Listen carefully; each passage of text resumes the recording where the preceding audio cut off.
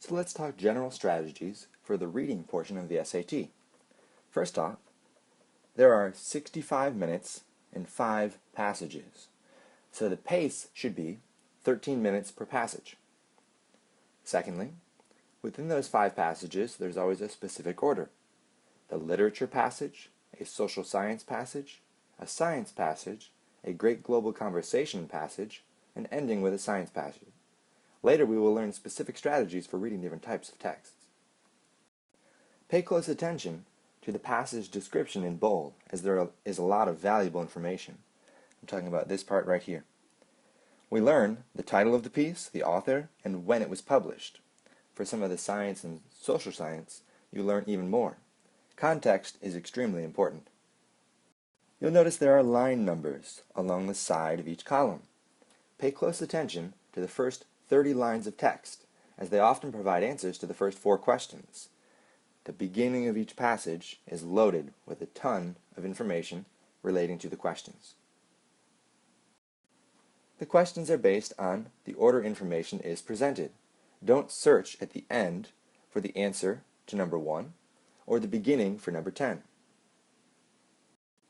Watch for paired questions. For example, 9 and 10 here. If you were to spend 5 minutes searching for the answer to number 9, only to move on to number 10 and realize they go together, you'll waste a lot of time. Number 10 tells you the specific line numbers where you'll find the answer for question 9. There's about 2 paired questions per passage.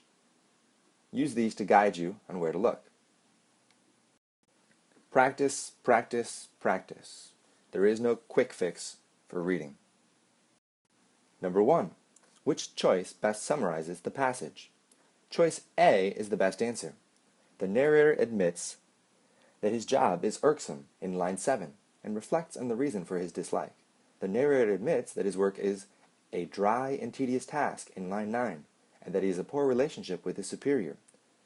The antipathy which has sprung up between myself and my employer, striking deeper root and spreading denser shade daily, excluded me from every glimpse of the sunshine of life. Lines 28 through 31. Choices B, C, and D are incorrect because the narrator does not become increasingly competitive with his employer, publicly defend his choice of occupation, or exhibit optimism about his job. Number 2. The main purpose of the opening sentence of the passage is to. Choice B is the best answer.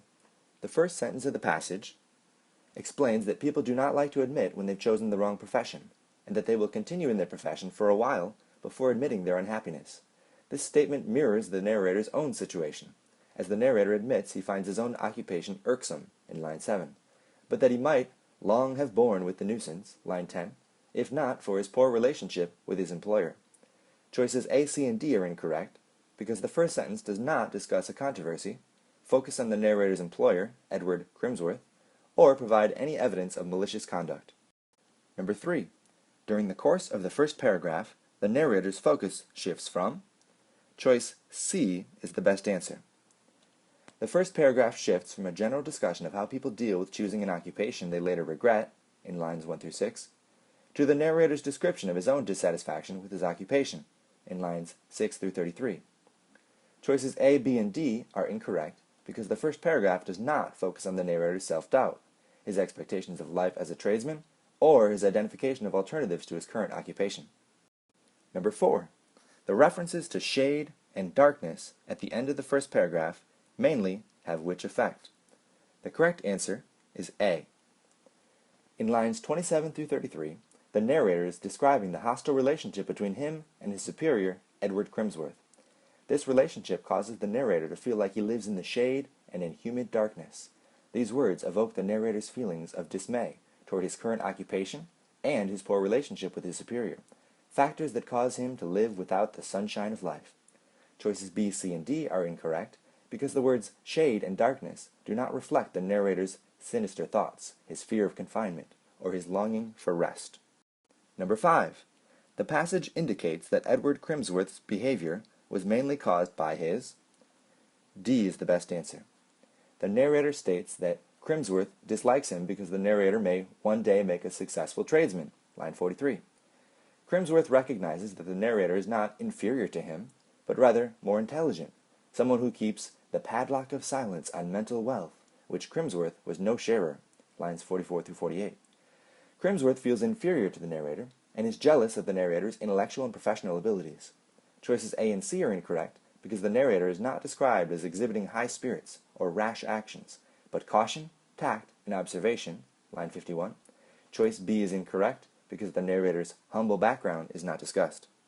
Number 6 is our first paired question. If you referred to number 7, you would know where to search for the answer. The passage indicates that when the narrator began working for Edward Crimsworth, he viewed Crimsworth as a... B is the correct answer. Lines 61 through 62 state that the narrator had long ceased to regard Mr. Crimsworth as my brother. In these lines, the term brother means friend or ally, which suggests that the narrator and Crimsworth were once friendly toward one another. Choices A, C, and D are incorrect because the narrator originally viewed Crimsworth as a friend or ally, and later as a hostile superior. He never viewed Crimsworth as a harmless rival, perceptive judge, or a demanding mentor. So number 7, which choice provides the best evidence for the answer to the previous question? That one is D. In lines 61 through 62, the narrator states that he once regarded Mr. Crimsworth as his brother. This statement provides evidence that the narrator originally viewed Crimsworth as a sympathetic ally. A, B, and C do not provide the best evidence. Same reasons. Number 8. At the end of the second paragraph, the comparisons of abstract qualities to a lynx and a snake mainly have the effect of... The best answer here is D. In lines 48 through 53, the narrator states that he exhibited caution, tact, and observation at work, and watched Mr. Crimsworth with lynx eyes. The narrator acknowledges that Crimsworth was prepared to steal snake-like if he caught the narrator acting without tact or being disrespectful toward his superiors, lines 53 through 56. Thus, Crimsworth was trying to find a reason to place the narrator in a ridiculous or mortifying position, lines 49 through 50, by accusing the narrator of acting unprofessionally. The use of the lynx and snake served to emphasize the narrator and Crimsworth adversarial or hostile relationship. Choices A and B are incorrect because the description of the lynx and snake does not contrast two hypothetical courses of action or convey a resolution. Choice C is incorrect because while lines 48 through 56 suggest that Crimsworth is trying to find a reason to fault the narrator's work, they do not imply that an altercation or heated dispute between the narrator and Crimsworth is likely to occur. 9 and 10 are second paired questions. If you looked at the line numbers for 10, that guided you where to look for the answer to number 9.